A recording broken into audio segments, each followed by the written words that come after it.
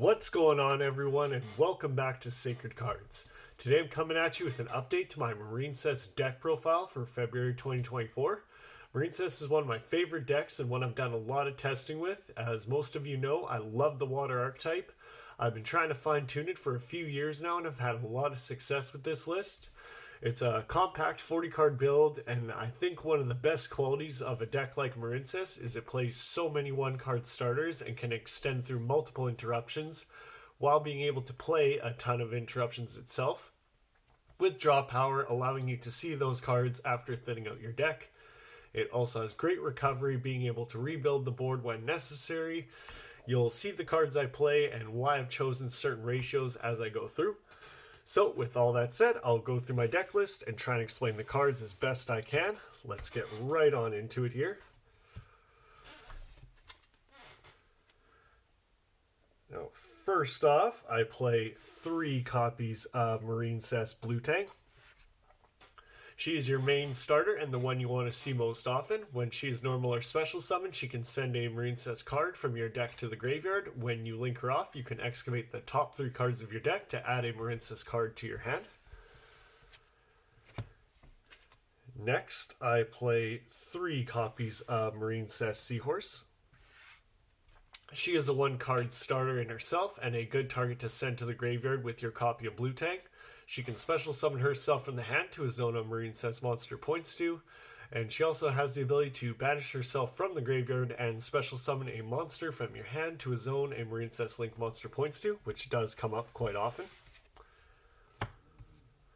And another one of my favorites is 3 copies of Marincess Spring Girl.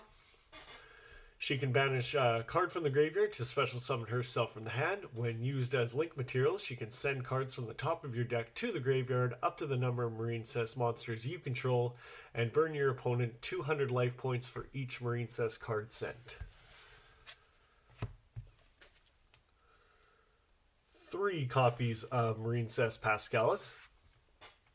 She can special summon a monster from hand when she is normal or special summoned. She can also banish herself from the graveyard to add back a Marincess spell or trap from the graveyard to your hand. Great for recycling your resources. I've tried playing 2 copies in the past, but since I choose to not play Signet Mining, I have a hard time playing any less than 3 copies. Now for the main Marincess extenders, I really enjoyed playing 2 copies of Marincess Mandarin. Mandarin can special summon herself from the hand or graveyard to a zone a link monster points to if you control 2 or more monsters. Great for extending. I really like playing 2 copies of her, plus she is a 1-card starter if you have nothing else. Now for the last Marincess monster, I play 1 copy of Sleepy Maiden. I play 1 copy of Sleepy Maiden. It's another one of those cards that I have a hard time cutting from the list. I've played Basil Lima as well, but I always find myself coming back to Sleepy Maiden. 1 copy is perfect in my opinion. Sleepy Maiden can target a card you control, special summon herself from the hand, and protect that card from being destroyed by card effects. She can also banish herself from the graveyard to target a Marincess Link monster and equip it to a Link monster you control. Now the 1 tech card I play is 1 copy of Silent Sea Nettle. This card serves 2 purposes. For 1, it's a great extender as it can be special summoned from the hand if you control a water monster. It's good for linking up or going into a rank 4, but the utility that I really like is you can banish itself from the graveyard to shuffle back 3 water monsters in the grave, which can be really good for recycling your link monsters, which makes recovery and a grind game that much more effective. Now for some interruptions, these cards can be changed out for whatever you like or to suit your locals or whatever meta you are playing. This is just a lineup I've enjoyed and is pretty standard. One of the great things about this deck is having a large number of slots for disruptions to try and stop or slow down your opponent's plays. And the first card I wanted to talk about is 2 copies of Gamma Seal, the Sea Turtle Kaiju. Gamma Seal is great in this deck because when you pair it with Aqua Argonaut, she can use her effect to return a monster you control and one your opponent controls back to the hand, letting you recycle the kaiju you just gave them. Plus, some of the cards lock you into special summoning or summoning water monsters only, so it's the best attribute to play in my opinion. 3 copies of Ash Blossom.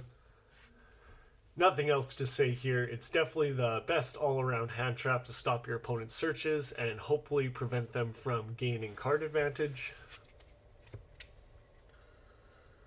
3 copies of Effect Veiler. This is good for negating monster effects on the opponent's field. I also really like Veiler because it's not once per turn, so you don't mind seeing multiple copies. 3 copies of Nibiru. Really good against combo decks, and when timed well, it can end the turn against a lot of decks. Marincess also has no problem getting rid of the token, which is important for decks that decide to main this card. And the last of the monsters in the main deck is 2 copies of Ghost Bell. This is another one of those cards that may not be effective against every deck, but it can really hurt decks that rely on graveyard effects or stopping a card like Monster Reborn. I've always liked Bell because it's a really nice option to have, especially when Ash or Veiler are already used. This can usually finish the job and end turns against a lot of decks.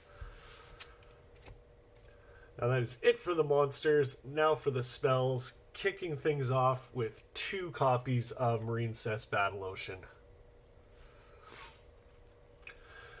This is a searchable field spell that increases your monster's attack by 200 and 600 for every card equipped to the monster. I like having 2 copies because the deck heavily relies on this card and you don't mind seeing one in your opening hand, and it pairs very well with our next card, which is 3 copies of Marincess Dive.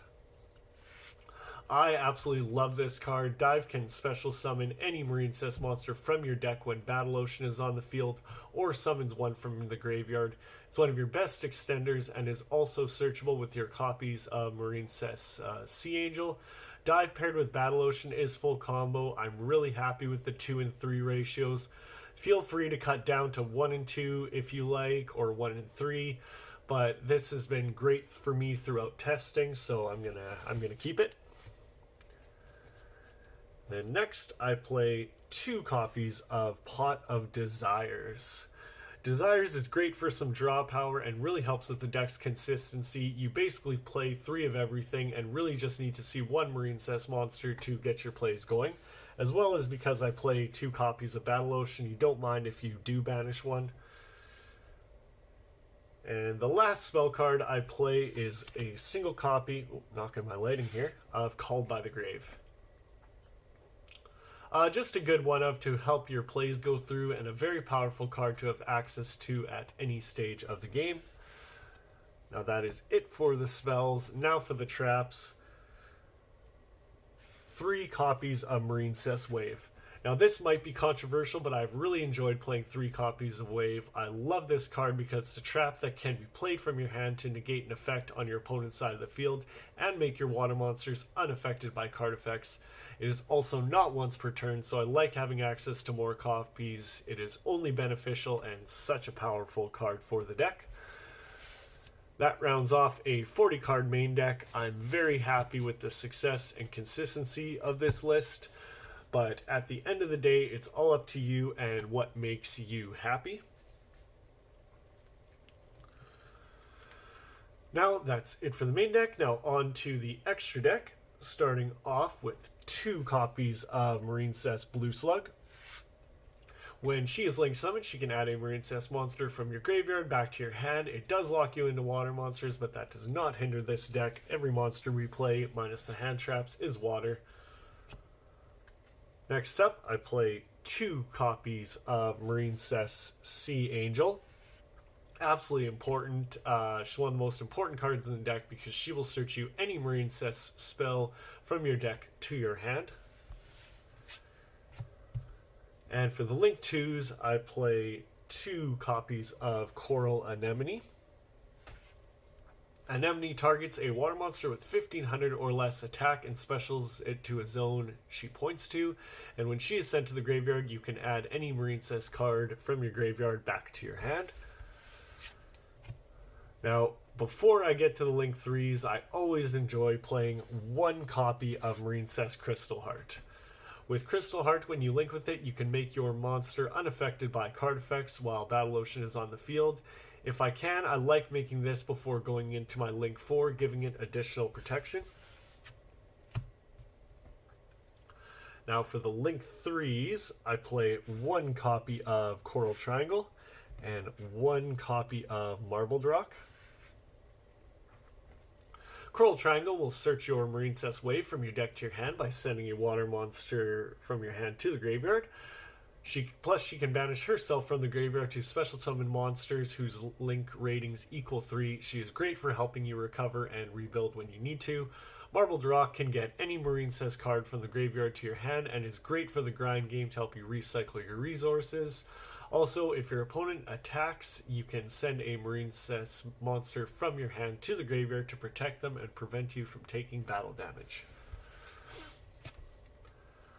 Now for the big boss monsters, I play one copy of Marincess Aqua Argonaut and one copy of Marincess Great Bubble Reef. Aqua Argonaut makes it so your opponent can only attack this card. You can negate a spell or trap effect by special summoning a water monster that it is equipped with. Plus you can target one water monster you control and one card your opponent controls, return them to the hand. Bubble Reef can banish a monster from your graveyard to draw a card during the standby phase. She gains 600 attack each time a water monster is banished. Also, you can send a water monster from your hand to the graveyard to special summon one of your banished monsters. For the non-Marincess Link monsters, I play one copy of World Sea Dragon Zealantis and one copy of Splash Mage.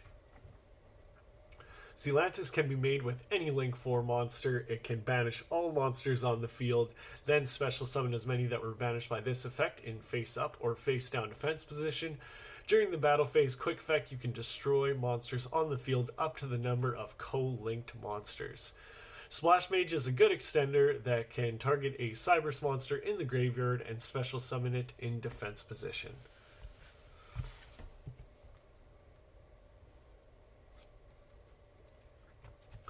And the only Xyz monsters I play in the extra deck is one copy of Bahamut Shark and one copy of its best buddy, Totally Awesome. Bahamut Shark can be easily made with any two level 4 monsters. You can detach material and special summon a rank 3 or lower water Xyz monster. Totally Awesome is your target for this effect, as once per turn, when your opponent activates a spell, trap, or monster effect, you can send one aqua monster from your hand or field to the graveyard. You can even send Gamma Seal in your hand if you don't need it. Negate the activation and destroy it. Then you have the option to set that card to your field if you like. And plus, if this card is sent to the graveyard, you can add a water monster from your graveyard back to your hand. Well, that is it for the deck profile. I really hope you enjoyed it. If there's anything you like or don't like, please leave me a comment telling me what you think. Be sure to like the video if you did, and subscribe for more content. Always enjoy the Sacred Cards. Thank you for your support, and I'll see you all in the next one.